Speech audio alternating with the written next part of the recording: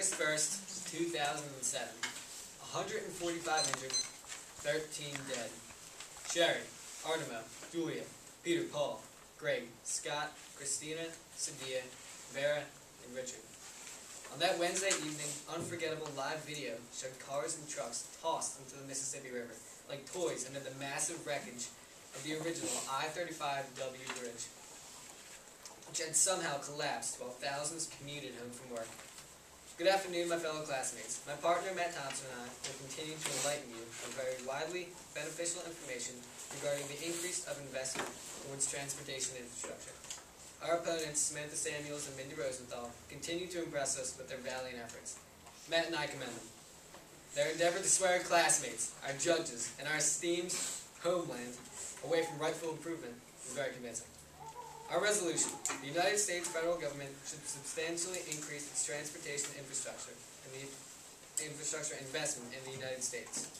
As defined by my partner and I, investment is to devote time and money to a particular purpose in order to achieve a beneficial outcome. The affirmative side will limit this discussion regarding transportation to infrastructure, highways, roads, and bridges, as it is our privilege to do so.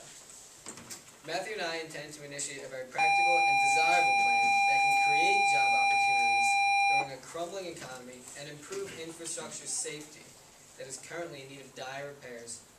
According to nationalpriorities.org, America is investing 2% of its mandatory funding towards transportation infrastructure. 2%. Are the lives of America's inhabitants worth 2% of our money? When your mother asks you where you left the television remote and you say, I'm 99% sure it's on the couch. The remote's never on the couch. It always ends up being on the table. What if I said I was 2% sure I knew that answer? I would think twice about that answer.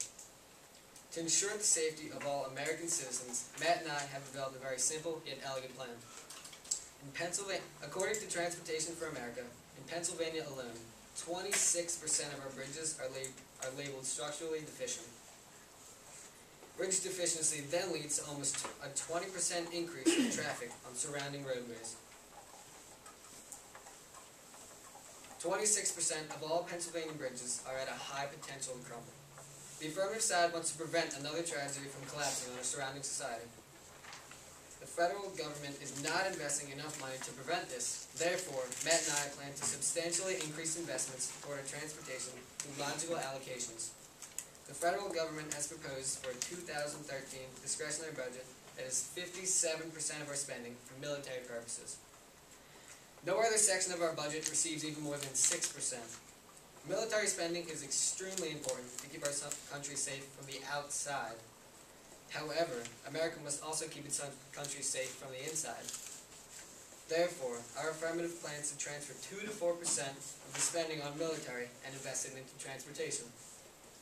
With this allocation, transportation will see a rise from the original 2% and be tied for the second most funded unit in our budget plan. Defense spending will still be more than half of our spending, receiving over $600 billion. Our plan is highly desirable because there will be no raise in tax. The money invested towards transportation infrastructure will create a substantial increase in public works projects, which improves our transportation safety and increases job growth. And yet, in the economic disaster that is today, job creation is crucial. Current investments toward transportation infrastructure are just not cutting it. Every single day, hard-working citizens commute from home to work utilizing our transportation infrastructure. In a world where 92% of Americans own a car, transportation becomes a massive concern. The affirmative has a plan to improve America practically and desirably. If you invest in our future, you better are today. Thank you.